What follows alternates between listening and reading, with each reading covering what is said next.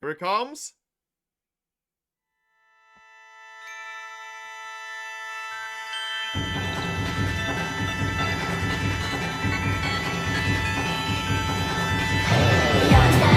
Okay, that's a little too loud. Holy fuck.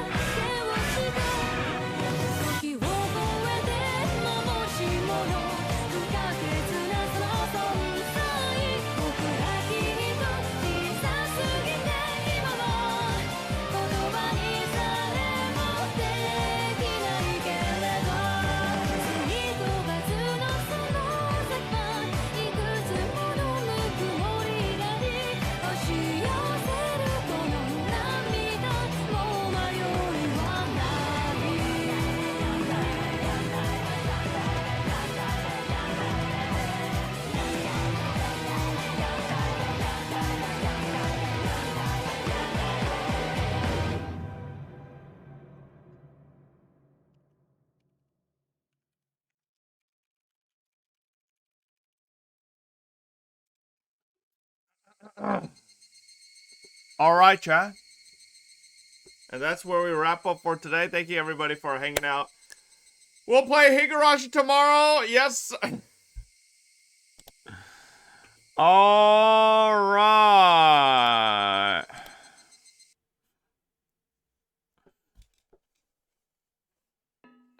Whoa!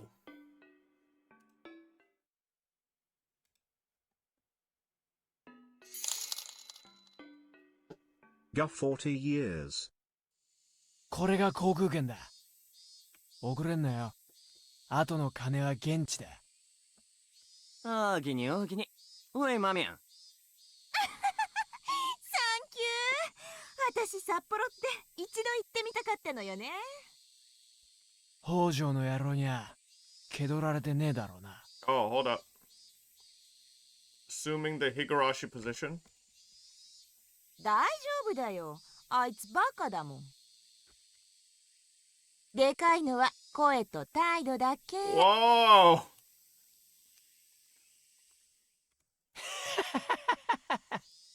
そうなのかよ。The next moment, they heard several cars coming toward them. The man looked out the window and saw 3 black cars screeching to a halt by the apartment building. Several intimidating men emerged from those cars. Some of them even looked up toward the window. He quickly hid himself behind the curtain. ちくしょ、嗅ぎつけやがった。ずらかれ。ちょっと、嘘マジ？なんで今日バレるのよ。マミャン、ボケっとすな。捕まったら殺されんぞ。They heard the men running up the stairs. They sounded angry.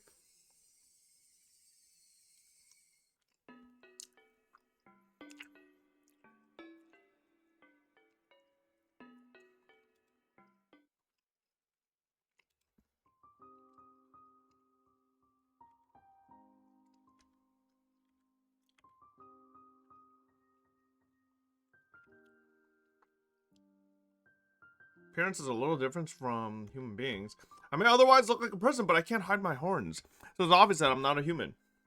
I'd hoped that Rika had seen me since she was a baby. She wouldn't be bothered by my ugly horns at all. And that hope came true. Just as chicks believe whatever they see first is their parent, Rika accepted me as part of her family as a matter of course. Even though I have these horns, Rika and I have been close ever since the day she accepted me as her family member. I became closer to her than her parents. I couldn't even remember the last time I was able to communicate with someone. Kashima, you stupid fuck.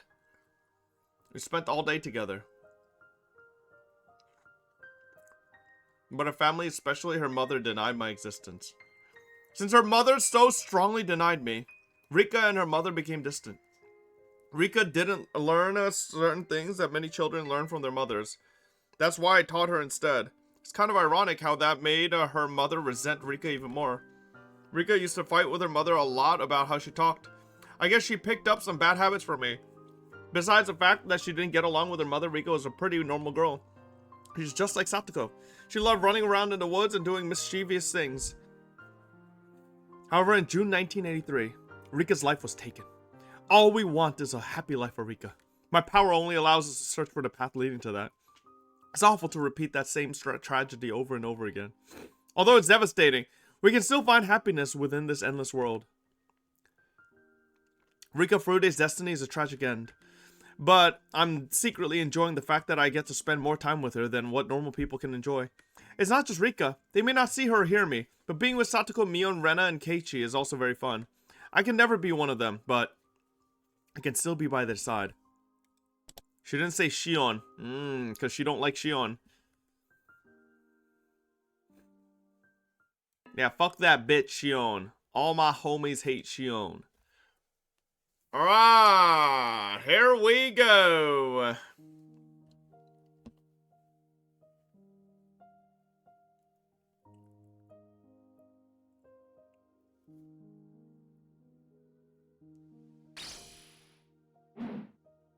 The fuck's happening right off rip?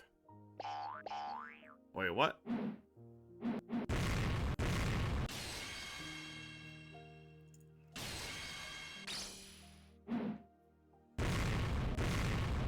Oh my god, better storytelling than all the gacha games combined. Not a single word has been even spoken yet.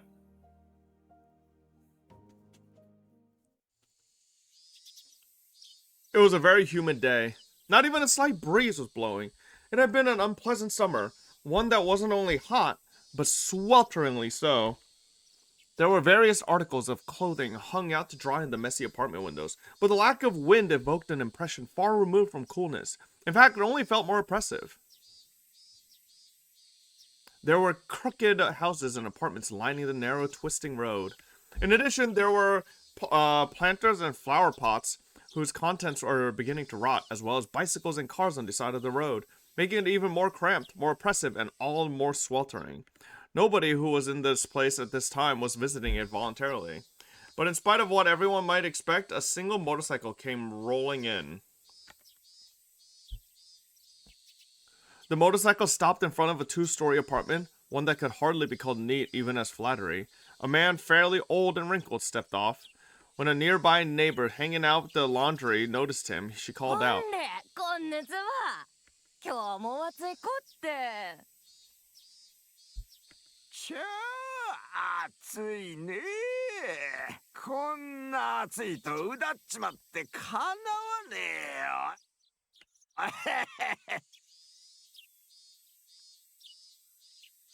よ。Suddenly, I got goosebumps all over my body. I felt like something bad was about to happen for no reason. Everyone gets this feeling in a different way. Some people get a twitch in their eyelids, or some kind of movement in their ears. In my case, I get goosebumps. Satoko was supposed to be cooking dinner tonight. We didn't have much inside the refrigerator, so I asked her to go grocery shopping. I was just watching TV and relaxing while I waited for her. She was usually back by the time my cartoon was over, after which she'd start cooking dinner, but my cartoon was over. The news had started and Satoko wasn't home yet. Satoko sometimes waited until they had sale at the store. In that case, she'd usually come home late. That must be what was happening. It was too early for me to start worrying about her. But, I can't explain this feeling. I can't explain it, but I feel extremely worried. Once I started feeling like that, I couldn't just sit in the room and wait for her. Hanyu, Hiru? I thought she might know where Satoko might be, but she's never around when I need her. Hanyu is not with me 24 hours a day. She sometimes falls asleep and sometimes she goes out for walks. Though in her case it's not a walk but more like a stalk. She follows people around when she finds someone interesting and she enjoys observing them. Anyway, I had no choice. I'd have to find Satoko on my own. I had a good idea of which stores Satoko goes to. I should check those first. We're in Hinamizawa. If I asked people, they'd tell me where she went. あれリカちゃんまでねありがたやありがたやニパー、それより今日サトコが買い物に来なかったですか？さとこちゃんの顔は見てないね。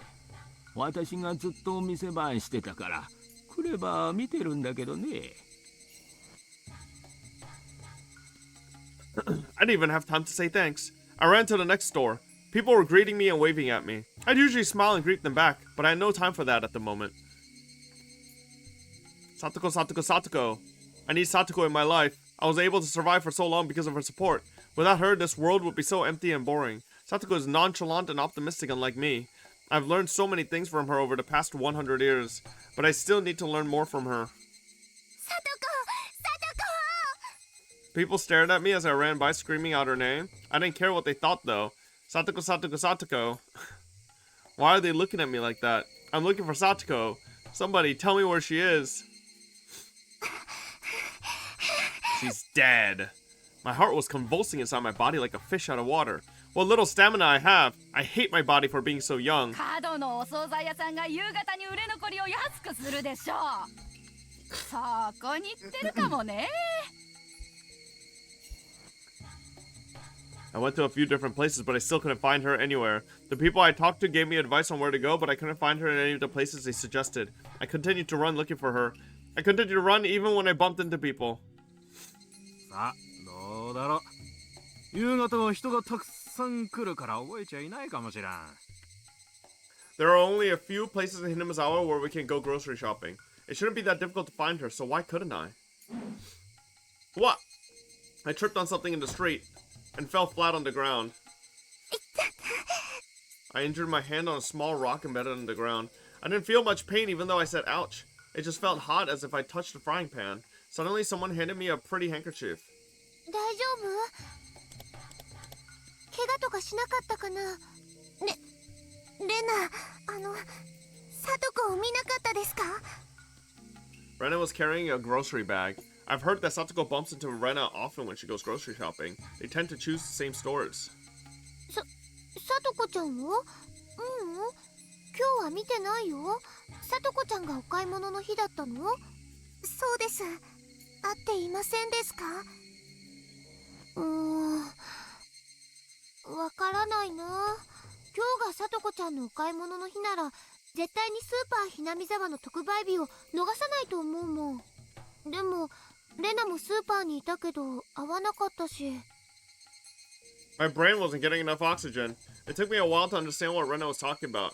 I understood that Rena didn't see Satoko, but that wasn't the point. They had a huge sale in the market today. There's no way that Satoko would miss that sale. But she still didn't see her there? What was that supposed to mean? 何かあったの？サトコちゃん、お財布とか家の鍵でも忘れちゃったかな？I couldn't find the right words to explain. Should I tell her I feared that something bad had happened to Satoko and that's why I was looking for her? No, I couldn't do that. I couldn't think too deeply about why she hadn't returned home. どうしたの？困ってるなら力になるよ。話して。I knew she was just trying to help me. I even thought I needed someone to help me just a few moments before. But now that she was here, I had no idea what I was supposed to say. No, that's not it. The truth is, I know. Somehow I know. I wouldn't have to know if I was someone else. But I have to know this. Rika Furude has to know what's going on. I know it. I remember it. I knew this was coming. I've experienced a world before where Satoko suddenly disappeared, but the possibility for that happening is as low as Akasaka showing up in Hinamizawa. It only happened randomly in my other lives. This is not the first time. It happened before too. I should see it for myself. I need to see if I'd gotten stuck inside a devastating world again. 力になるから話して。ごめんなさいです。さよなら。あ、リカちゃん。 Satoko's dead! I started running. I couldn't pretend like I didn't know where she was. Please don't tell me that I was blessed only up to this point, that I'm about to fall back into my unfortunate fate from here on. I thought that this world was different. I thought I could move on to a happy future. I thought I would be able to defeat my deadly fate in this life, but this was just horrible. It was horrible that this was happening to this world. I was standing in front of the place that I hate the most in Hinamizawa. Yes, it's Satoko's real home, the Hojo residence. I've been living with her since last fall, so this house was empty. In the beginning, she used to come back here to pick up clothing and other necessities, but once she moved most of her stuff to my house, Satoko stayed away from this place. This was a sad place for Satoko, because all she could remember of it was the horrible time she spent with her uncle and aunt, and the memory of her missing brother Satoshi. That's why she never wanted to come back here. But that wasn't the reason I hate the house. It's because I know what happens whenever this house becomes an issue in my life. Oh God, please. Please bless me with just one more fortune. I closed my eyes and prayed, then I slowly opened them. The window was open on the second floor. I saw a faded curtain swing inside. As soon as I saw that, my knees realized what was going on, even before my mind processed it. New music? In the next moment, I lost strength in my legs and collapsed on the ground. I saw an unfamiliar motorcycle parked by the house. Oh no, it's fucking Teppei. I also saw laundry and a futon hanging outside. I was certain that someone was living here. It was proof that someone was living inside this house. It's never good when there's someone living inside this house. This was very, very bad. I knew exactly why. I knew why, but I felt like I wanted to act like I didn't know. Rika? God damn it, Teppei. Kill this motherfucker! Oh! It's the only way to save the timeline! Teppei must die! Satoko went outside to take the futon in and noticed me. Rika? Satoko looked down and forced herself to smile. I felt so sad. It wasn't just her expression. I could tell that her left cheek was red and swollen. Satoko. Oh nah, kill that motherfucker.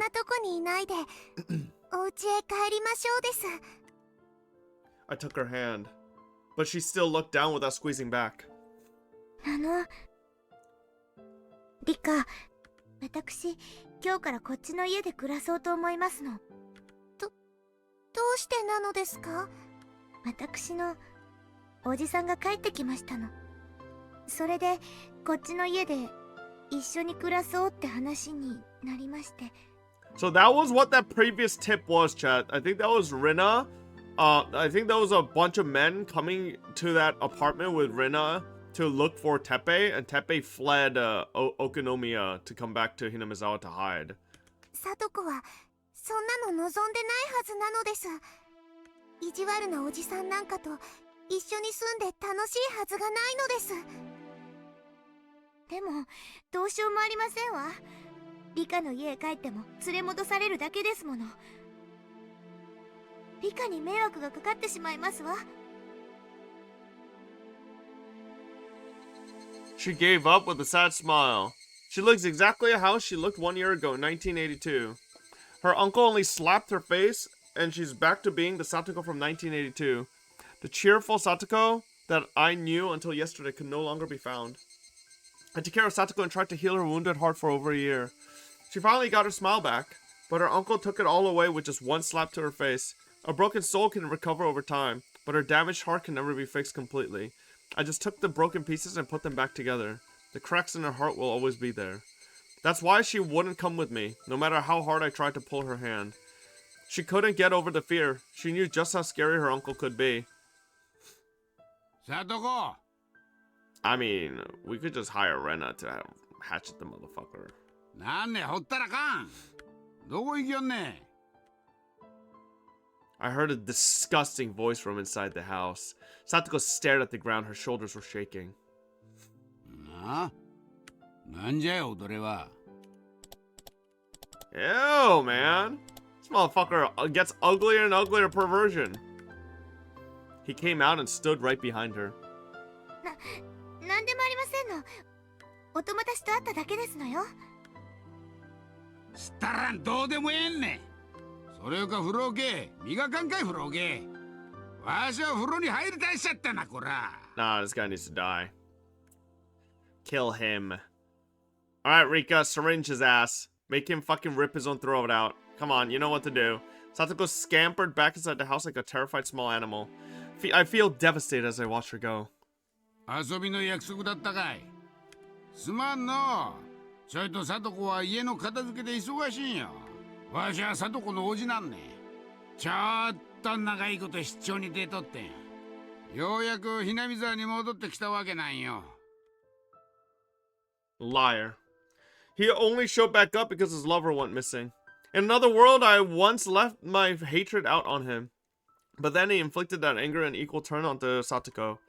So I couldn't allow the dark flame burning within my chest to reflect in my eyes. Since I couldn't make myself smile, I couldn't insult him. All I could do was give him a short bow and run away from the scene. なんね、泣く子も黙るわしのガンにビビってもうたんかいね。It's not a scary face, it's an ugly face. Big difference. I heard his hideous laughter from behind me. I cried as I ran away. I couldn't stop crying. I thought this was a perfect world up until now. Up until today. Why was God doing this to me? It was too cruel. But I couldn't give up yet. I couldn't do anything, but I still had hope for this world. I didn't think the luck I had until yesterday was just a random thing. I went back to my house in a hurry. I needed to make a phone call. I didn't know the number because it was my first time calling the place. I looked inside the phone book and found it easily. I made a call to that number.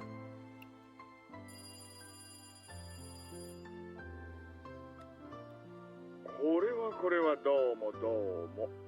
フルデさんからお電話をいただけるなんて思いませんでした。何かございました？ I already knew that Oishi could never save Satoko based on what I've seen in my previous lives. For him, Satoko is only a good way to get at the Sonozaki family. Her uncle is probably his prey in that regard too. Even if I talked to him about her situation, he would do nothing to save her.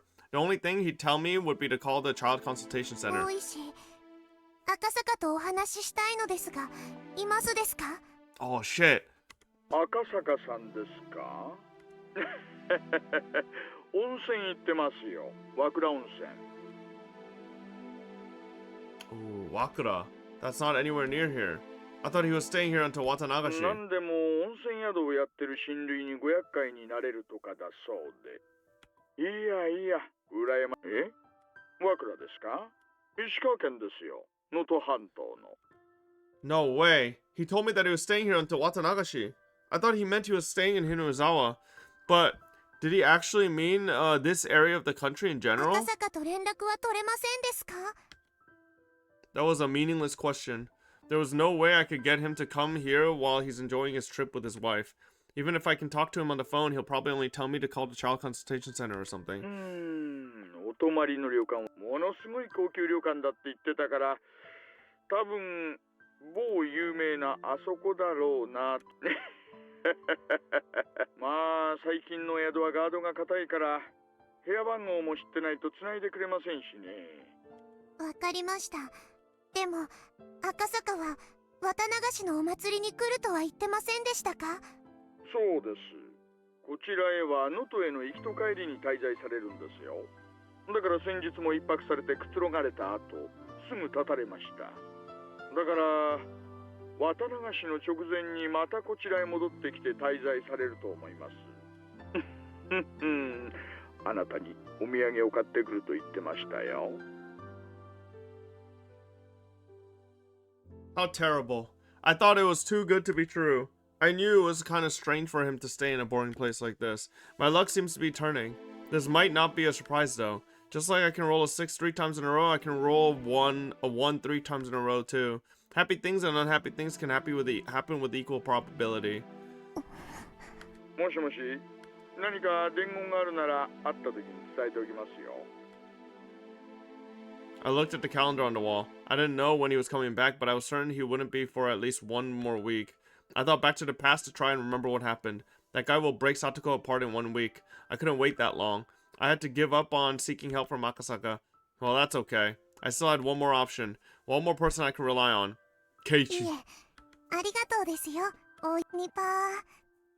Damn, this is a weak-ass Nipa, bro. She just gave him the Nipa. I hung up the phone after thanking him. I couldn't make a phone call to the next person. I'd have to talk to him in person. I put my shoes on and headed to the Irie clinic. Oh, wait, it's not Keiichi, it's Irie. The clinic's hours were over for the day. There was usually no one here after that. However, since Tomitake was here, they should still be inside the building for a meeting. They had to be there. The front door of the clinic was locked as I expected.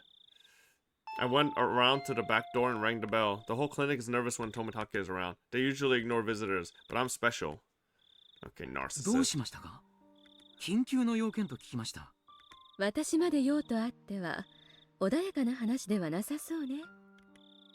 Irie and Takano showed up soon after I was taken to the visitor's room. If Rika Furude has an emergency, then it's a priority for these two people. I'm the most important person in this village. ひょっとして誰かに狙われているという。あなたの近辺は常時山犬の中でも特に優秀な連中が警護してくれているわ。あなたとあの日した約束をちゃんと守っているわよ。I no doubt about that. They saved me right when we had that confrontation with those 3 delinquents the other day. いえ、そうではないのです。実は聡子の危機を救ってあげてほしいのです。聡子ちゃんに何かあったんですか？ Irie doesn't have that much power alone, even if he really wants to save her. But Takano controls the mountain dogs, so she does have that power. In my previous lives, I was never able to get help from the mountain dogs because I wasn't on good terms with Takano. But this world is different. I have a better relationship with her in this life, and she even kept the promise she made. I trust her ability completely now. あの北条哲平さんがですか？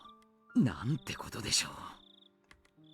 It was mainly Satoko's aunt who was abusing her last year, but Irie knows that her uncle was violent with her too. I told them that Satoko had gone back to the same condition she was in the previous この year. ままではいつ何があるのかわかりませんです。聡子を助け出すために力を貸してほしいのです。Irie seemed to want to do something for her, but he didn't know exactly what to do. こういうのはどうすればいいんでしょう。やはり警察に相談した方がいいでしょうか。Takano just looks way too smug in the latest model, you know? Like, the old model, she looks super nice. This one, she, like, looks a bit more serious. But then this one, she just looks fucking, like, she looks smug as fuck. さてどうかしら。現時点では親権者が現れて聡子ちゃんを保護しただけよ。聡子ちゃんが大怪我でもしたというならともかく、そういうわけではないんでしょう。そんなのは時間の問題なのです。このままでは大変なことになってしまうのです。I hate to say that it's only a matter of time. I knew how she was going to get abused and how she was going to end up. I've seen it in the past. I really wanted to tell them about it, but I couldn't do that. As it hasn't happened in this world yet, they just think I was imagining it. 多分こういうのはまず児童相談所に訴えるのが This 先じゃないかし bitch. ら。 Takano, I thought you were good this time. そういえば以前、聡子ちゃんが児童相談所に虚偽の通報をしたなんてちゃんと話を聞いてくれるといいのですが。The answer is no. My friends contacted the child consultation center several times in the past. Satoko always refuses their help. She claims that she isn't being abused. The Satoko from 1983 might have asked for their help, but currently she was a Satoko from 1982. For her, living with her uncle reminds her of this time when Satoshi was around. She feels like Satoshi will come back if she can live strongly without always relying on her brother. Even if the child consultation center were to take the case seriously, it's just too late. I tried to remember. In the most recent world I experienced, it only took a few days after Satoko was kidnapped by her uncle. It only took a few days for him to tear her heart apart. We had no time to waste. We needed to take action quickly. 聡子ちゃん自身が助けを求めてくれないことには助けようがないのが悔しいです。入江先生の方から警察やお役所に連絡することもできるとは思うけど、そこ気の毒とは思うけど。違うのです。違うのです。高野の力で聡子を助け出してほしいのです。Hide and Takano looked shocked and both went quiet. Ooh, Takano looking a little pissed. They didn't expect me to seek help from Takano. それは強硬的な手段に訴えろということですか。僕はそういうお願いをしに今日ここへ来ていますのです。そうでなければこんな時間に押しかけたりしませんです。お気持ちはわかります。The fuck? ですが、入江、聡子を大事に思うなら、どうか一生のお願いなのです。聡子を助けてくださいなのです。聡子はあと何日もしないうちに本当にひどいことになってしまいます。それは決まっていることなのです。もうしばらく様子を見てみようでは見殺しにするのと全く同じなのです。入江は去年の聡子をもう忘れてしまったのですか？もうそうなっているのです。今この瞬間にも。そしてあと数日で取り返しのつかないことになってしまうのです。All I could do was to stare at him. Believing that Iria could see the future, only I knew the tragic end awaiting Satoko reflected in my eyes. Iria remained silent for too long a time to call brief. Someone trying to think of some excuse to avoid the issue wouldn't go silent that long. He was recalling Satoko's terrible state last year and seriously considering if my plea was as urgent as I made it out to be. I know that he really cares about her. That's why I needed his help. どうしようかしらね。Iria nodded and looked up. I guess he finally came to a conclusion. I just hope it's a positive 高 one. 野さん、リカちゃんの頼みを聞いてあげてください。Oh shit! Take him out back! Mountain dog motherfucker security force about to kill his ass. 去年、聡子ちゃんに何の手も差し伸べられなかった無力さに悩んだことがあります。これはその時傍観して手を尽くさなかった私が罪を滅ぼす唯一のチャンスだと思います。しかし、そうはおっしゃいますけれど。Akano didn't think that Iria would make that decision. She seemed shocked to hear his 当施 response. 設の責任者として正式に高野さんにお願いしたいと思います。聡子ちゃんをどうか助けてあげてください。入江先生、助けるという言葉がどういう意味か少しわかりかねます。Kill Tepe. どうか落ち着いてください。聡子ちゃんは我々にとって欠かすことのできない存在です。これまでも、そしてこれからも我々の研究に最大限貢献するでしょう。本件は高野さんの職務に含まれるものとお察しします。Iria continued, though Takano tried to persuade him. 所長、入江京介としてお願いいたします。高野さん、どうか聡子ちゃんを救ってください。I stared into Takano's eyes together with 高 him. 野も聡子と仲良しだったはずです。どうか聡子の友人として助けてあげてくださいです。助けてくださいという言い方がお二人とも実に偽善的ね。聡子ちゃんをさらって永遠に監禁するわけじゃないんでしょ。聡子ちゃんにこれまでと同じ生活を送らせるために救うのでしょ。それはつまり叔父の方を摘出せよというご命令ですわよね。卑怯な言い方をすれば、要請に対しどう対処するかを決定する権限が高野さんにあります。でもそれが卑怯ならば、私がはっきりそれを口にしても構いません。入江先生、いえ、入江所長、そのご命令を実行すれば私は無論、そして入江所長も責任を問われることになりますが、その覚悟は終わりですか？ I looked at his face. Unlike me, Iria has many things to lose. I knew that Takano's words would shake him emotionally. However, Iria was determined. ええ、構いません。申し開きをする場へ引き出されても、自身の心を裏切るよりはるかにマシです。Giga Chad. Holy shit. 左門がどういうものかもご存じないのに、大した虚勢だことで。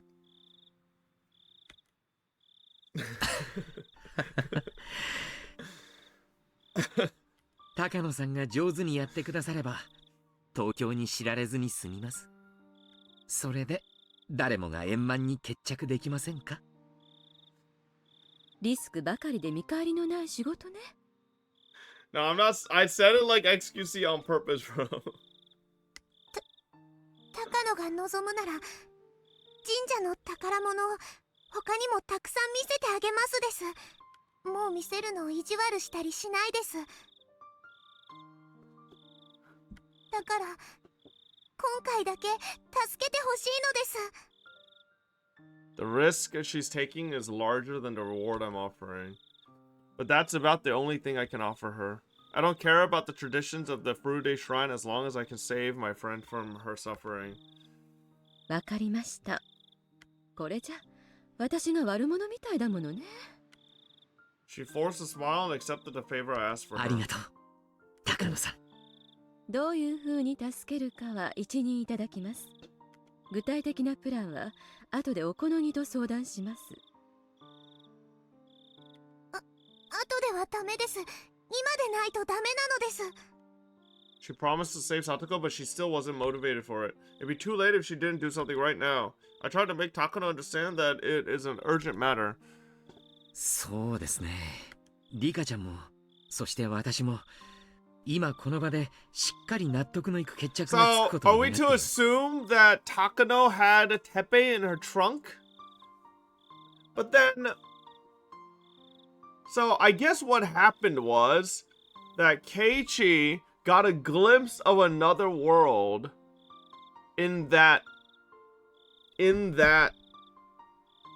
chapter, which was possibly this world. That's why when he came back, even though he thought he got rid of Teppei, Teppei wasn't actually dead because he came back to his own world after. And that's why they all were confused as to why Keiichi was like saying that he didn't go to the Watanagashi festival when they saw him there, right? So こんな時間にせかして申し訳ありませんが、どうかお願いできませんか。二人ともさとこちゃんのこととなると目の色が違うんだから。わかりました。 What other multiverse shit are you on? This Higurashi literally has a multiverse, you stupid fuck. Have you listened to a single thing Rika said? She's literally been through multiple worlds, idiot. 少し待たせるかもしれませんがお待ちください。無理を聞いてくれてありがとう。いいえいいえ。私の給与査定者の頼みですもの。笑顔でお引き受けいたしますわ。リカちゃんはさっきの約束絶対に忘れないでよ。きっとなのです。神社に来た時はおまんじゅうとお茶もつけますのです。 Takano smiled slightly and left the room. Once we finally heard her footsteps fade away, the tension in the room dissolved. Idiot offered me something to drink, but I refused. He must have thought everything was taken care of, but I couldn't relax until Satoko's physically returned to いい me. え、さとこですが、お薬とかは大丈夫なのですか？おじはさとこが逃げ出すと思って家から出さないと思いますから、もうここへ来ることはで。幸いなことに先週まとめて針と薬を渡してあります。ですのでしばらくは問題ないでしょう。ただ強い精神負担は薬でも抑えきれません。少しずつ追い詰められ、いつか取り返しのつかないことになるでしょう。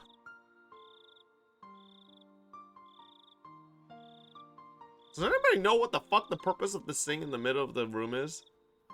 Now, that's clearly way too high for someone to sit on. そのいつかというのはほんの数日後の話なのです。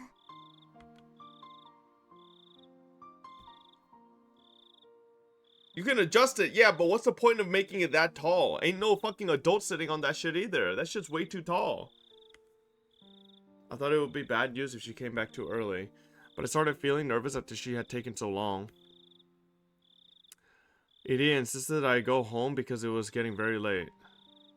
I couldn't go home and relax, however, until I heard from her that everything was taken care of. I had to wait for her to come back. I need to deal with this tension until then. Over an hour later, Takano finally returned. お待たせ。ああ、いかがでしたか？ Oh. She was looking for the right words. I got a very bad feeling from her reaction 残念 alone. だけど簡単にいかなくなったわ。どうしてですか？つい最近沖宮で殺人事件があったらしいの。その事件に何らかの関与があると疑って北条哲平を警察がマークしてるらしいわね。事件？何ですかそれは。 Serena. マミヤとかいう女が園崎家の上納金に手を出して見せしめに殺されたとかなんとかで、 No, not Rena. 警察が北条家と園崎家の関係に慎重になったらしいのよ。その女はどうも北条哲平と実婚らしい。綿流しも近いしね。 What was Rena's last name? Maybe it was Mamiya. Oh, it was. It is Mamiya. お社様のたたりの5年目をなんとか阻止したい警察が、北条哲平が今年の犠牲者じゃないかとマークして釣り糸を垂らしてるって話みたい。釣り糸って何なんですか？北条哲平をマークしてれば、お社様のたたりの真犯人を釣り上げられると睨んでるのよ。なんてことでは。リカちゃん、本当に申し訳ないんだけど、警察のマークが外れるまで山犬には手の出しようがない。そんな山犬の方ならもっと困難な任務でもこなせるでしょうに。それは入念な準備と計画に基づき、しかるべき機を見ての話です。 They're Batman. 通常は長い監視期間を設け、その上でタイミングを測ります。同等の任務なら半年から1年をかけるところです。今更言うことではありませんが、私たちは決して日の当たるところへ出ることができない存在です。日の元へ出たならば灰になる存在なのです。だからマークされ眩しく照らし出された今の状態では近づくことすらできない。ではいつならその木だと言うんですか？最も早くて綿流しの後ね。多分綿流しが終われば警察もマークを解くかもしれない。 But that would be too late. She's saying it'd be after Watanagashi. Takano, your ass isn't even gonna be alive. I didn't even know if that was a day after or a year after. She also said it usually takes at least 6 months to prepare this kind of mission. That's too long. I thought this world was different, but that hope was slipping through my fingers. ではどうすれば里子ちゃんを救えると言うんですか？日の当たる世界では日の当たる世界のルールで解決するのが筋かと。例えば警察へ相談する、学校へ相談するのも方法。それは何度もやったけど無駄だった。 Oh shit! Hide and Takano were surprised. They had never expected me to raise my voice. In fact, I didn't think myself that I would react this way. But I couldn't keep my emotions checked after Takano suggested all those meaningless solutions. 私はお前たちにずっと協力してきた。何の見返りも求めず、ただただこの身を捧げて協力してきた。それなのにどうして里子の一人だけが救えないというのか。あれだけの力を持ちながらどうして里子を救うことにのみ臆病なのか。何の力にもならない警察や役所、そして利用するだけして何も助けてくれないお前たち。もういい、もうこの世界が袋小路だということがよく分かった。もうお前たちには興味ない。この世界にも未練はない。そうさ、あれだけの幸運に恵まれても結局そうさ、またいつもの運命。お前は山奥で焼かれて死ね。お前は睡眠薬で自ら死ね。 Whoa, holy crash out, bro. She's fucking saying What the fuck? そして私は当然のようにまた死のう。どういう殺され方をするのか未だに知らず命を散らそう。ここは運命の袋小路、行き止まり。私は生まれた時から殺されるために生かされている運命の。みんな死ね、みんな死ね。どうせ終わる世界なんだ。消えてしまえ。 Holy moly, bro. We played 7 chapters of this shit. We've never seen Rika crash out. What the fuck? I can't put words to my emotions anymore and I started to cry. I was so lucky up until yesterday. I had so much hope in my heart and it had all been for nothing. It felt like everything was falling apart. I've lived for more than 100 years. I've lived longer than a normal human lifetime. I thought I was blessed with good fortune for the first time in my life. This would never happen to me again. I thought a miracle had occurred, but everything was shattered. I cried and cursed this world. I needed to give up on my life as soon as possible. Satoko would be waiting for me with a smile on my next one. I wanted to go see her, but what would happen to Satoko in this world? What would happen if I abandoned her? I didn't know, and I didn't care. Satoko, Satoko, Satoko, Satoko. I'm a witch who has lived for 100 years, but I still couldn't rid myself of the human emotions in my heart.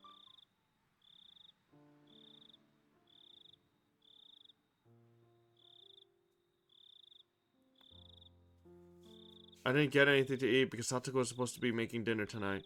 But I didn't have an appetite anyway, so I figured I should just go to bed.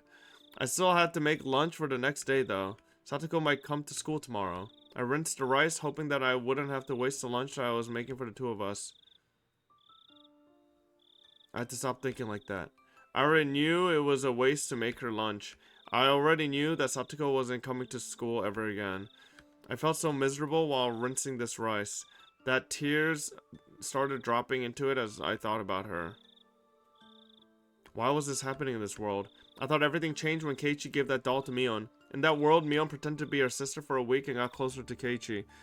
But that wasn't happening this time. I thought we would be having a good time until the festival. Huh? That's odd. Wasn't that club activity 2 weeks ago before Watanagashi? I realized something. The club activity was exactly the same, but it happened 1 week earlier than in the world I knew of. It was 1 week earlier than in my previous life. I get it now. I thought I was familiar with this world, but it was actually a different one where events were mixed up. That means that even though Keiichi gave the doll to Mion, that didn't solve everything. I thought I was getting lucky. I was confident that everything was going to be okay. I stopped making an effort. I knew that there was a possibility Satoko's uncle was coming back, but I let her go to the grocery shopping. I would have been more careful and kept her home if I knew that he was coming back to get her. I should be careful in my next life. But there wouldn't be a next life that was so fortunate. I didn't get lucky that often. Even if I locked Satoko inside the closet, it would be over if Rena's father messed up something or if Keiichi lost his mind. I have to clear up everything that's not within my reach, and I also have to make the best effort I can. Without that, I can't overcome the fate of 1983. In this life, I may be able to overcome my deadly fate with Takano's help. But Satoko will not be there in my future. That defeats the whole purpose. My goal is to survive this year while laughing with my best friends. I don't want to sacrifice Satoko in order to survive. I don't want to live in a world without her. I was blessed with all those fortunes, but I still couldn't defeat my destiny. I ruined everything because I stopped working so hard. I will never again have a lucky life like this. I lost my first and only chance.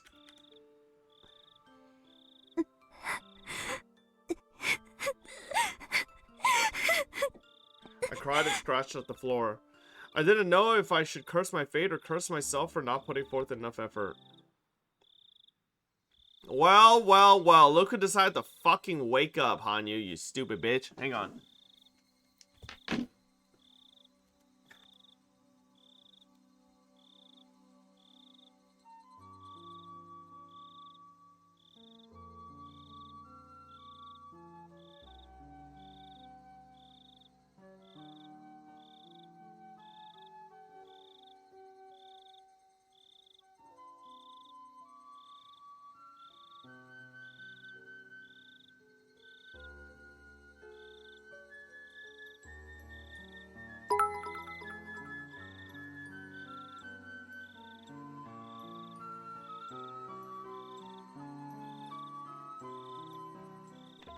Where is he, 77?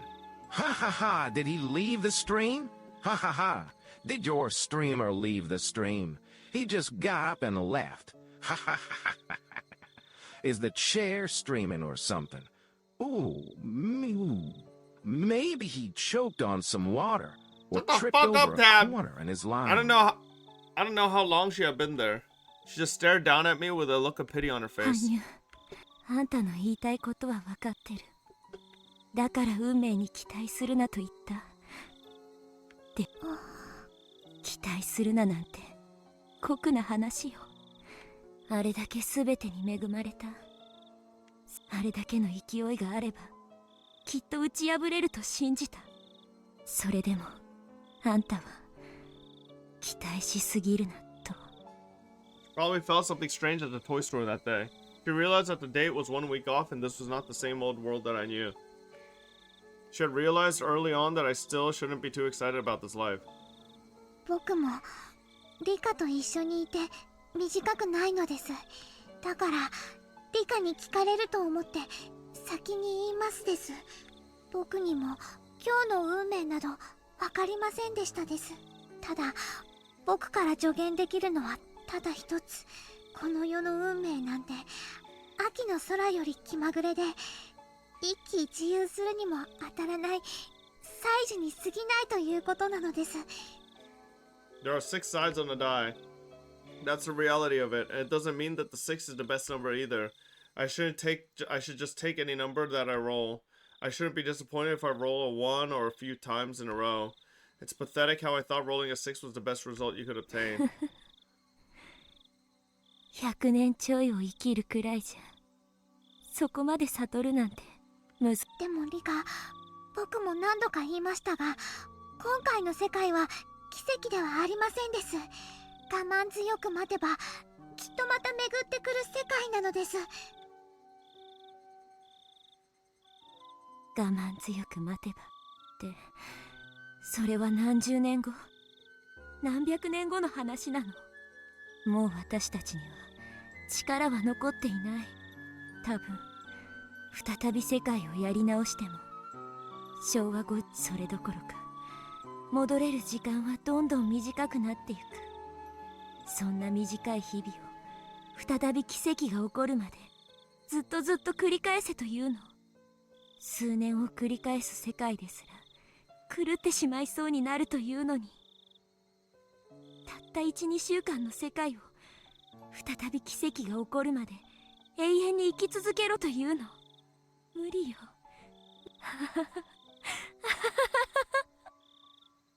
I was betting on this world. I bet all of my coins on this one world, and I lost.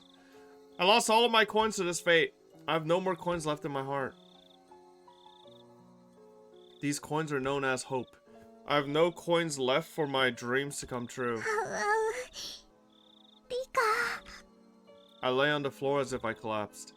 The floor should have been cold, but I didn't feel これ anything. が希望をすべて打ち砕かれるということね。I always thought people could survive as long as they had some bread and water. But that's not right. People can't live without hope. People can survive because they believe that something good will happen to them eventually as long as they keep on living. But that's just for normal people who don't know what awaits them in their future. There's no such hope for a wish like me. もう何もかもがどうでもいい。この世界だけじゃない。これからの世界もすべてどうでもいい。このまま灰になってしまえたら。リカ、そんなことを言ってはダメなのです。リカ。Hanya's voice gradually fades away. I slowly lost my senses as I lay down on the kitchen floor and let myself sink into the darkness.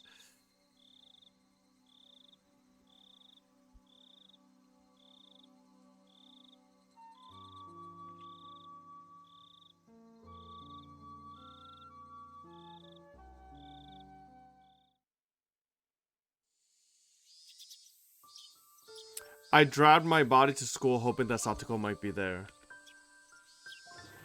But just as I expected, there was no one sitting in her seat. I felt all the more devastated just seeing it empty. I had nothing left to bet on. All I could do was get hurt and suffer devastation. Blood flowed from my broken heart and found its way out through my eyes in the form of tears. 古出さん、どうしましたか？今日は北条さんはお休みですか？ The whole class was wondering why I came in late today and why Satoko wasn't with me. But even if I felt sympathy from everyone's eyes on me, I didn't feel any promise from them. No one here was able to save Satoko. No one could save her. Why should I have to keep smiling at all these useless people? This world is finished anyway. If I leave matters alone, then a few days after Watanagashi, my movie reel will be cut as I'm murdered like usual, and I'll return to the beginning of this month again. And so I'll continue to live forever in June 1983, trapped here. Even death won't set me free from that prison. 古出さん、何かあったなら話してください。北条さんは今日はどうしたんで、風邪でお休みですか？うるさいな。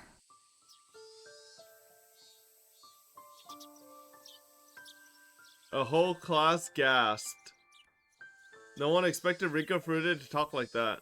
I myself made such a blunt statements a few times in several past worlds, but it was always the first time anyone in that world heard anything like that. That must have been very easy for them, and I envied it. Chie was standing there, dumbfounded. I stood up from my seat. If Satoko wasn't around, I don't want to be locked up inside of this humid place. I'm not coming here anymore. Goodbye. I felt like saying something like that. However, I retained the small hope that Satoko might go to school the next day, so I kept it to myself. However, Chie wouldn't let me go. She grabbed me by the arm and dragged me to the teacher's office instead. Chie told me to take a seat on a couch by the principal's office. She had no right to tell me what to do. I could just escape through the open window. As I didn't have that kind of energy, however, I sat on the couch as she told me to. I realized that I didn't even have the energy to be rebellious. Maybe Satoko felt the same. She lost the energy to rebel, and so she's simply obeying her uncle. Furude-san, 何があったか話してください。先生はきっと力になれますよ。She spoke to me, but I already knew that her words were empty. All she would do was call Child Consultation Center. She wouldn't go to the Hojo residence and pull Satoko out of there. So there was no point in even discussing the topic with her. If I told her, she wouldn't keep it to herself. And shortly, everyone would know about what was happening with Satoko. That would only result in chaos. If they call the Child Consultation Center, the staff from there will go and visit Satoko. Her uncle will deny the abuse, and Satoko will also deny it because of the guilt she feels over Satoshi leaving. Shortly after, they'll find out about the false report Satoko made before, and they'll decide not to proceed any further. Her uncle will allow Satoko to go to school for a few days, but his abuse will get worse because he'll think she's the one who called Child Consultation Center. He'll do horrible things to her just like her aunt did last year. Calling the Child Consultation Center will not help Satoko. It will instead put her in an even worse situation. It's better not to notify them at all. But if we don't report it, then how else is this world supposed to improve? No, nothing is going to change. There's nothing that can be done once this unfortunate fate overtakes Satoko. I'm just waiting for Keiichi to butt in.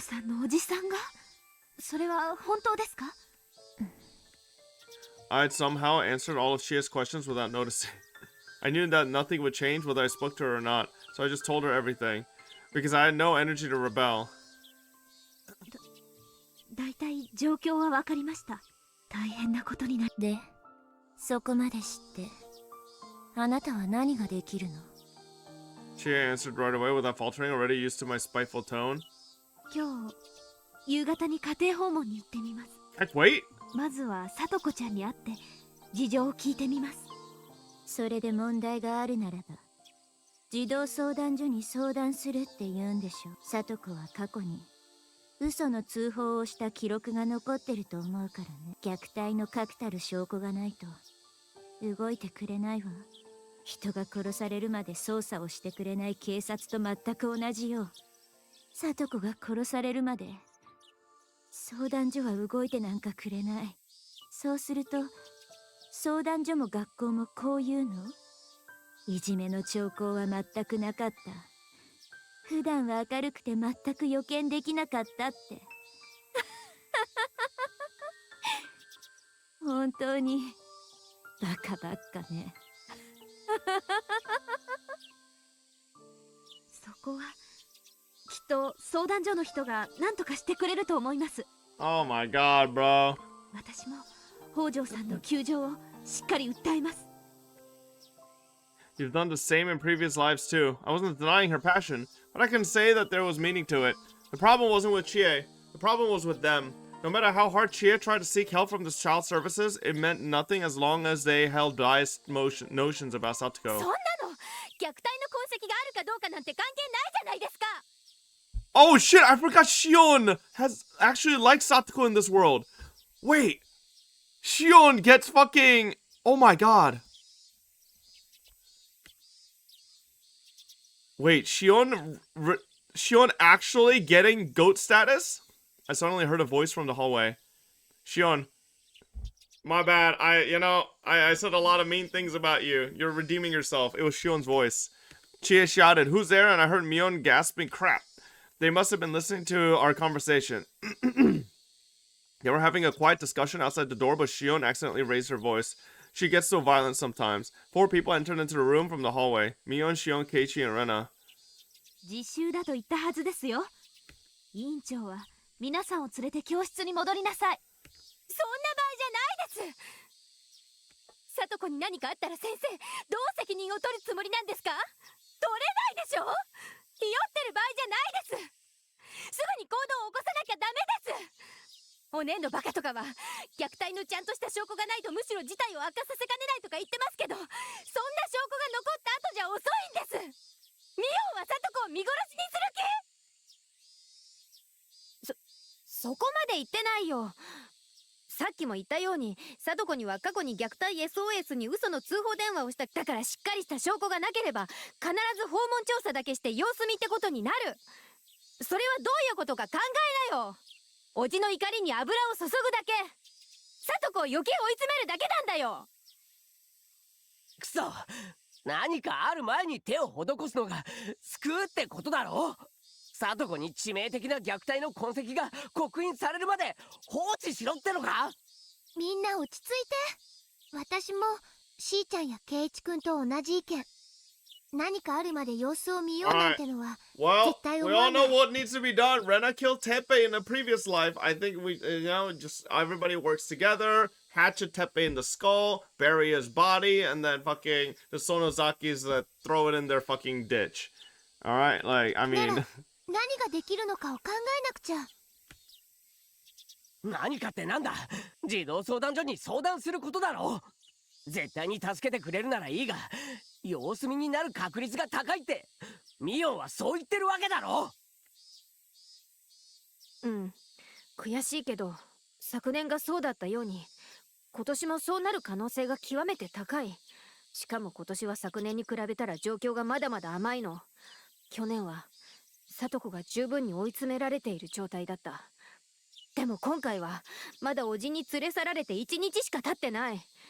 しかもおじは1年間放置していたとはいえ親権を持ってるし。そんな回りくどいことなんか必要ないでしょ。そんな野郎待ち伏せてぶっ殺してやればいい。 True! Hey! Hey, let's go! Team Shion! Hey, we're back on Team Shion now. What the hell? しーちゃん、そんなのダメ。 Okay, says you, bitch. サトシくんはそんなのを絶対に喜ばないよ。じゃあサトコをどうやって助ければいいんです。サトシくんに頼まれた。サトコを頼むって頼まれた。私サトコに何かあったらサトシくんに顔向けできないよ。サトコがいじめ抜かれた後じゃないと手が打てないなんて、そんなの方法じゃない。目の前で現在進行している犯罪はまず通報するの？違うでしょ。止めなきゃ。私たちの手で自ら止めなきゃ。落ち着きなよシオン。おねえ、その先本家の闘士でしょ。本家の力でサトコを助けてよ。できるでしょ。サトコ一人を助けるくらいの力は十分にあるでしょ。おねえ。分かってるよ。ダム戦争で遺恨が残る北条家には一切関わらないって鬼ババの方針なんでしょ。サトコがどうなろうと見て見ぬふりというのが園崎本家の方針なんでしょ。児童相談所に助けられなくて園崎家にも助けられないなら私がやるしかないじゃないですか。 Honestly, let her. She'd probably succeed too. 私はやるよ。サトコを不幸にするやつはぶっ殺してやる。今すぐ殺してやる。この場からサトコの家まで行って刺し殺すのに1500秒もかからないんだから。あんたたちには1500秒で何ができる？何もできないでしょ。私が助ける。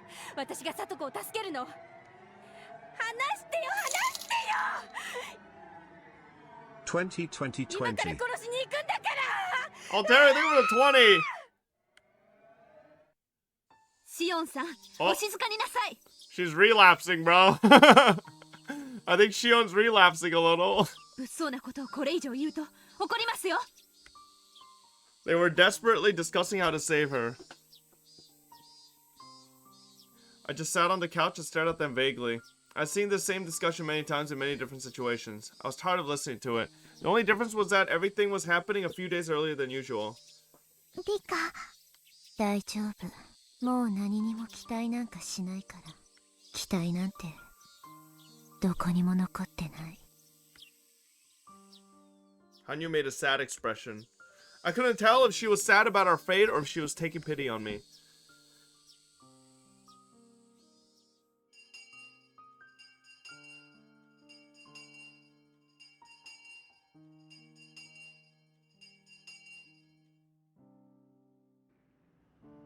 Just as she promised, Chie went to Satoko's house after school. It had only been a day since Satoko's uncle took her away. She wouldn't be able to tell if he'd heard her already or not. If the student hadn't made such a big fuss about it, Chie would have waited a couple days before going to her house. She already knew, however, about what happened to Satoko the previous year. She also knew that the uncle was abusing her just like her aunt and that he neglected to act as her guardian for the whole year. Considering those factors, it might not have been too soon for her to visit the Hojo residence. Satoko hadn't shown up in school that day. No one called the school to explain her absence. That alone was proof that her uncle wasn't taking responsibility as a guardian. Chie was going to her house to see what was going on with her own eyes. She parked the car in the street and checked the map she brought from school. It said Hojo residence on the sign in front of the house. Chie was certain that this had to be the place. The window on the second floor was open and she could see a curtain hanging there. From that window, she could hear the laughing voice of several old men. No one had answered the phone when she called right before leaving the school. She could also hear the clicking noise of mahjong tiles along with the voices. She had never played mahjong before, but had a pretty good idea that was it from the way the men were talking.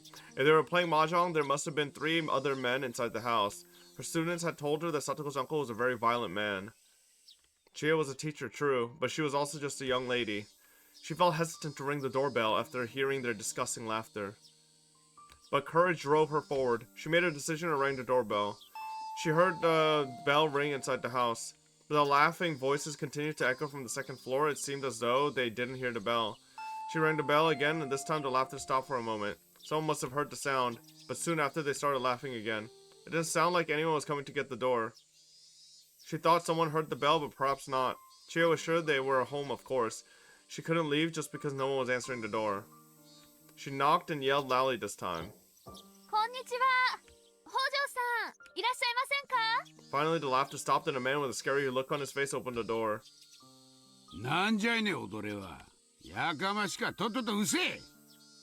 Chie felt intimidated by him, but her heart was filled with the teacher's pride and responsibility. Damn, bro, like this version is like. Before she could introduce herself, Tepe screamed at her.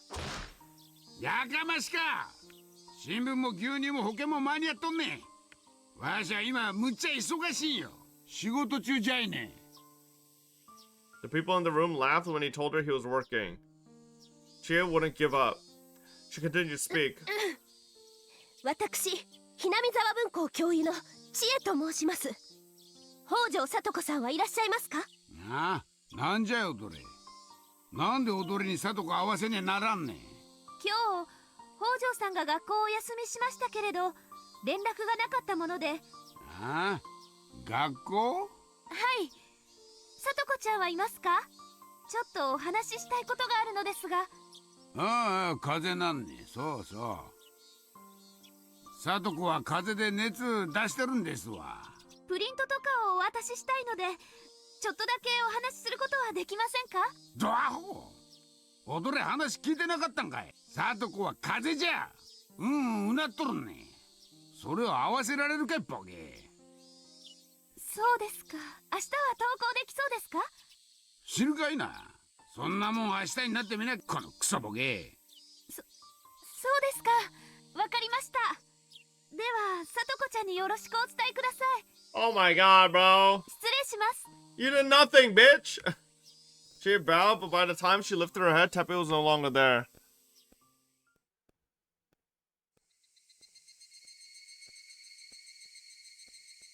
When Chie returned to the school, several students emerged from the classroom. They were Keiichi, Rena, Mion, and Shion. Rika was also still inside the classroom, but she wouldn't come outside. 先生、どうでしたか？聡子のとこに行ってきたんですよね。皆さん、それが聞きたくて待っていたんですか？千恵先生、聡子はどうでしたか？無事でしたか？それが会わせてもらえませんでした。あんた何しに行ったんですか？ Shion's about to punch she in the face. 教師ですよ。ガキの使いじゃないんです。会えませんでした。そうですかで帰ってきちゃ意味ないじゃないですか。 Oh my god, bro. Shion's fucking furious in this one. やめなよシオン。そんなこともあるだろうって予想できたことだよ。どうせサトコの顔に青技があるに決まってます。だから合わせられないんです。そこは無理やり押しのけても家の中に踏み入るくらいしなきゃダメなんです。だからもう先生なんて信用できないって言いました。本当にごめんなさい。やめなよしーちゃん。先生はできる範囲の最善を尽くしてくれたよ。だがこれで本当にはっきりしたな。そのサトコのおじってやつがサトコを家に閉じ込めているってのはどうやら間違いないみてえだ。そんなの確かめる前から分かってます。リカちゃまがそうだって昼間からずっと言ってるじゃないですか。それを確かめるだけに半日費やしたんですよ。それでどうするんですか？どうやってサトコを助けるつもりですか？だから落ち着きなって。それをみんなで考えようよ。シオンがサトコのことを大事だと思うように、決して見殺しになんかしない。私たちにできることを考えようよ。そうですね。私はもう考えて提案しましたよ。私がたった一人で今日中に決着できるものすごくお手軽な方法です。 True, give her 1500 seconds to kill the man. 死体を隠すとこだけお姉の力を借りますが。Shion's saying this in front of the teacher right now, by the way. だからしーちゃん、物騒な話をするのはやめて。しーちゃんは人殺しのことを簡単に考えすぎなの。Rena, you are literally the last person that should be saying this. 人を殺せば解決できるなんて考え方はおよそ思いつく考えの中で最低の最低、本当の最低のことなの。なら他に提案をしてみてくださいよ。私の提案が最低の最低なら私よりほんのちょっぴり上等な程度でいいですから。ほら何も言えないじゃないですか。私なら1500秒でサトコを救える。お姉の力なんか借りられなくてもいい。死体なんか私が引きずって鬼ヶ淵の沼にでも放り込んでやる。ほら提案してくださいよ。これより早くてすぐにサトコを救える方法を。だからそうじゃないの。一人で悩んだらそんなことしか考えられないの。ならはっきり言ってあげるよ。1500秒かかりすぎでしょそんなの。私なら1000秒かけないよ。しーちゃんなんかみたいにぐちぐち言わずに黙って教室を出て行ってもう実行してるよ。 True? なんでそうしないと思う？昔誰かに教えられたことがあるの。たとえそれしか方法がなかったとしても殺人に訴えるのはいけないこと。正しいことじゃない。最善手なんかじゃないの。それしかないと思ってしまうことが一人で悩むことの限界なの。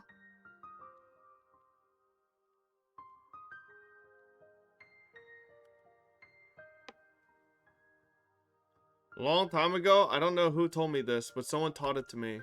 If there's something that troubles you, you can't think about it all on your own. You can't think about your own solution you can't think that your own solution is the best way to conclude things. みんなで考える。みんなで悩む。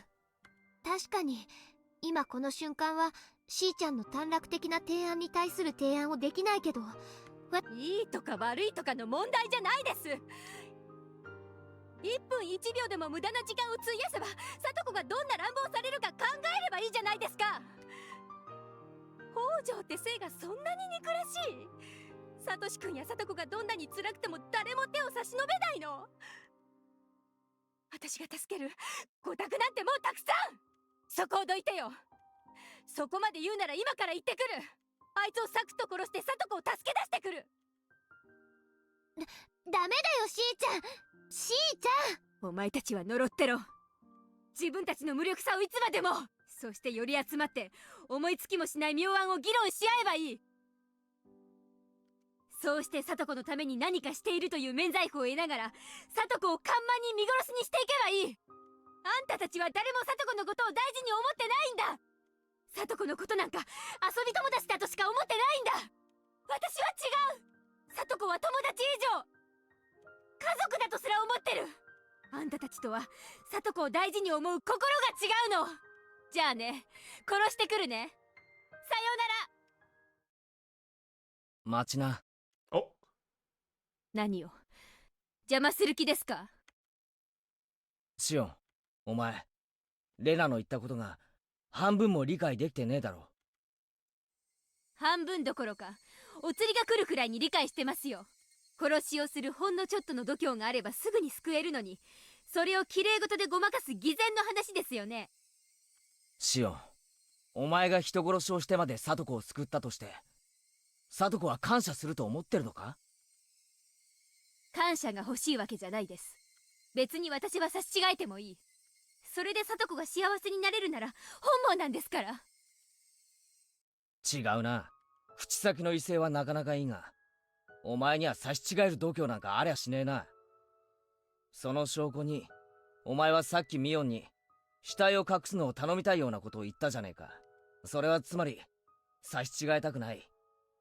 お前が本当に望んでいる世界はついこの間までの世界。俺たちみんなが仲良く楽しく過ごしていた。だがな、お前が殺人を犯せば絶対にその世界へは戻れない。そうそう簡単に完全犯罪なんかができると思うなよ。お前は絶対に逮捕。それくらい覚悟の上です。聡子の苦しみを私が懲役で買われるなら本望です。違うな違うな、絶対にそれは違うな。お前は自分を呪うぜ。かけてもいい。どうして自分が殺人なんて貧乏くじを引かなくちゃならなかったのか、未練がましく自分を呪うんだ。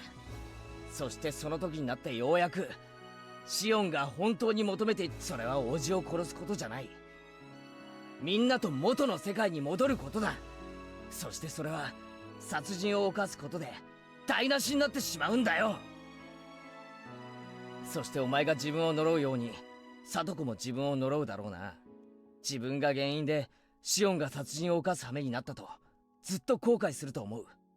第一、お前がいなくなったら誰が聡子にカボチャを食わせるんだよ。誰が聡子と陰険なトラップの相談をするんだよ。お前だろ。園崎シオンだろ。お前が本当に目指す世界にはお前が聡子の脇にいなければダメなんだよ。そこを間違えるな。聡子のためだと錯覚して自ら取り返しのつかない間違いを犯すんじゃない。そこまで言うなら、ケイちゃんは聡子を救う方法を何か提案できるんですか？できないでしょ。口先だけの綺麗事で。だからそこをどいて殺す。私が今から殺しに行く。Oh my god, new CG! Keiichi blocked her way by standing in front of the door. Shion gave him a hateful glare, but he just sent her back a confident smile. シオンを生かせるわけにはいかねえな。俺たちの望む世界はシオンが欠けたら成立しない。だから俺はお前を生かさないぞ。ほう。ならケイちゃんは北条哲平をかばってるってわけですね。なら同罪だ。お前から先に頭を叩き割ってやる。Oh shit! バカシオン、やめなよ。シオンさん、その椅子をどうするつもりですか？ She's in the WWE, baby. やめなさい。椅子を床に置きなさい。ケイちゃんがこの後に及んでまだ私が本気だって分かってないならマジで血見ます。謝んなくていいですから、とっととどきやがれってんです。シオン、確かに今この瞬間俺はよりいい提案をできない。でもそれは今思いついてないだけのことだ。俺絶対にだ。絶対に俺たちが聡子を救う。だからな、信じろ、仲間を。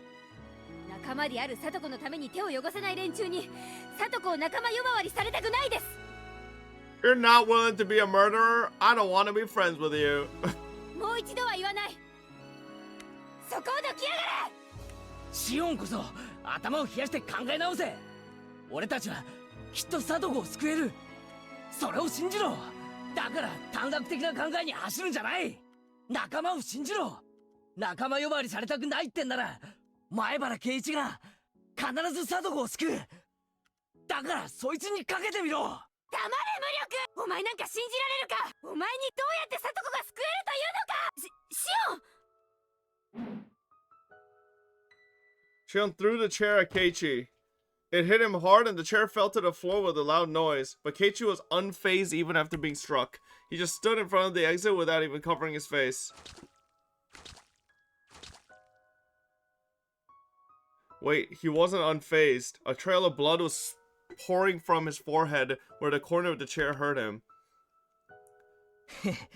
答えねえな。その程度で俺が道を譲ると思ったかよ。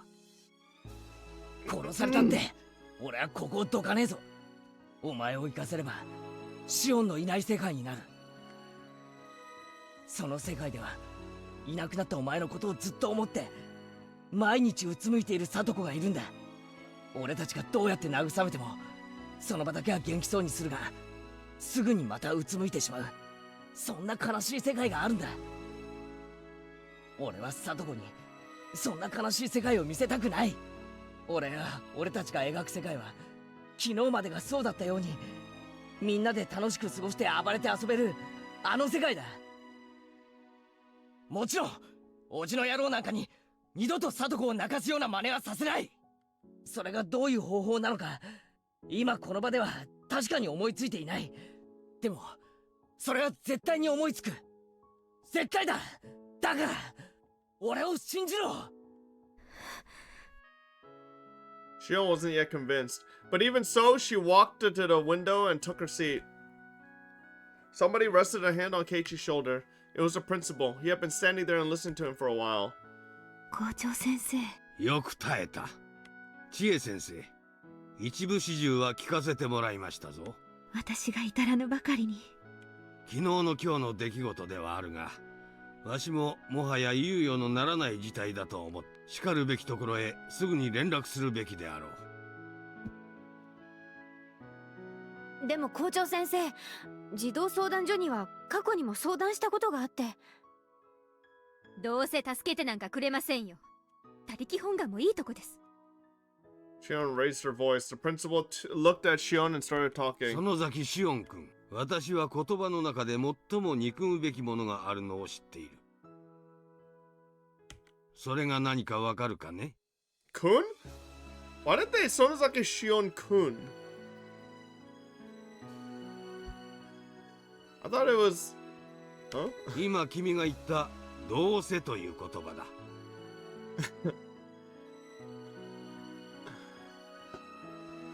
どうせという言葉は戦いもせず負け Some を認 people める use kun as a 最も醜い formality? 言葉。 Oh, I thought it was like a gender thing. その言葉を口にしたときすでに戦いには負けておるのである。Oh wait, whoops.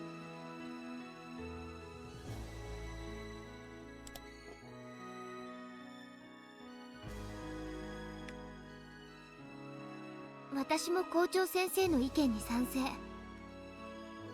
どんな策があるにせよ頼るべき順序があると思うの。児童相談所に相談するのはそれでダメなら2番目の手3番目の手を考えればいい。 Hang on, chat.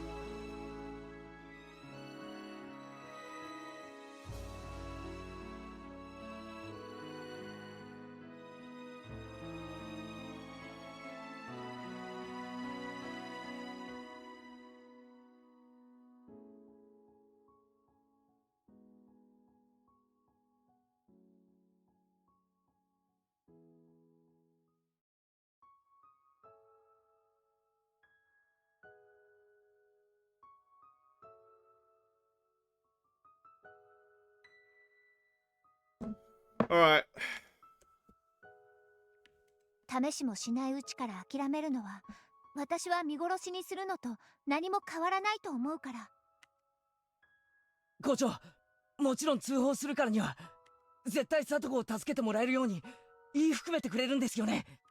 無論だ。北条君はわしの可愛い教え子である。きっと助けてもらえるようわしにできる最善を尽くす。児童相談所は迅速ですから、今から通報すればきっと今夜にはもう動いてくれるでしょう。それで聡子が救われればいいんだけど、もしもまた様子見なんてことになったら。それがダメだったら次の手 Okay. を考えようよ。 5-head strat. Mountain dogs, Takano, replace these child consultation center folk, take their spot, and pretend to be child consultation center people when they knock, and then say, oh, Mr. Tepe, can you step out with us real quick? Fucking bag the motherfucker, and then boom. 私たちが諦めない限り絶対に聡子ちゃんを救えるんだから。いつまでも綺麗事を言っててください。そうしてのんびりしてるうちに聡子は癒しようのない心の傷を負うんです。見殺しにしてるのはどっちなんですよ。 She was just on the floor. She doesn't even get a sprite. 俺はさっき約束したからな。俺たちは絶対に聡子を救う。それもお前みたいに差し違えてでもなんて話じゃない。聡子が本当に幸せになれるような最高の形で救い出してみせる。見てろ、絶対だからな。 This is when the music stops and Rika just tells everybody to shut the fuck up. 前原圭一が絶対と言ったらそれは絶対なんだ。 Shion stared out the window without looking at Keiichi's face. 園崎家の方で児童相談所がどういう判断を下すか確認するよ。分かったらみんなに電話するよ。それで無事保護されることに決まれば最高だからな。 Oh my god. もちろん楽観はできない。様子見になる可能性が一番高いね。そうなったらどうする？その時はくそ。知恵先生、職員室に行きましょうぞ。早速電話をしましょう。ええ、よく説明しないといけません。 They left the classroom. Keiichi, Rena, and Mion got together and discussed their other options. Shio was looking down and crying. Rika was just vaguely looking at them as if staring at a boring TV drama. Nothing will change. The Child Consultation Center will put her case on hold.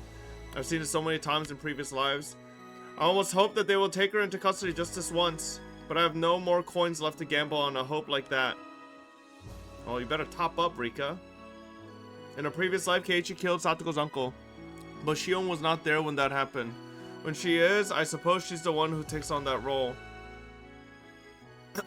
Their pathetic hopes will be crushed by tomorrow morning.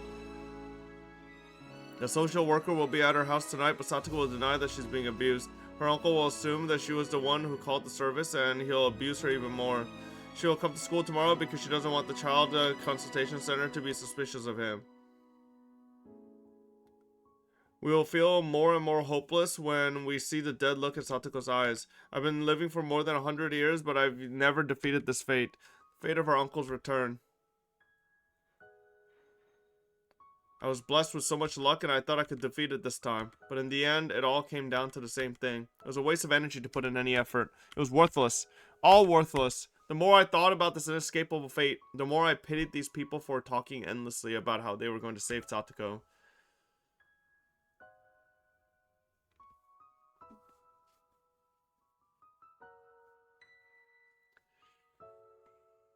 Well, well, well. Ooh. Wet blanket. What? Did she fucking pee the blanket? What's going on here? Alright, chat. Find out what happens to Satoko with the caseworker tomorrow. Yes, sir. That's where we wrapping up today. A fucking 8-hour stream. Eat my ass. Don't really me, mother bitches. Okay? Don't really me. Alright. Jake Paul down. A reaction there out of Jake Paul, but when he gets caught with his hands down and his chin served on a platter for that right hand right there. And look at Jake Paul's face. He knew it right away. He said, woo! I know that's Ric Flair, and he came out not to Ric Flair. He came out to Hulk Hogan, but Bro, I'm gonna be honest, Jake just looks like he's out of shape. I don't know if anybody watched their, like, like their like face-to-face shit, head-to-head, like whatever the shit they do before the day before or whatnot. Jake Paul just looks like he's really, really just chubby, man. Like, I don't know. And the other guy looks like he's ripped. So I kind of didn't think he had any chance to begin with. So yeah, the other guy is massive. Like, even just a height difference and the reach difference, I think, is massive. Like, I don't know why Jake Paul even wanted to fight the motherfucker. He's like, it's just a losing matchup regardless. But anyways, chat, I'll see y'all tomorrow. Thank you everybody for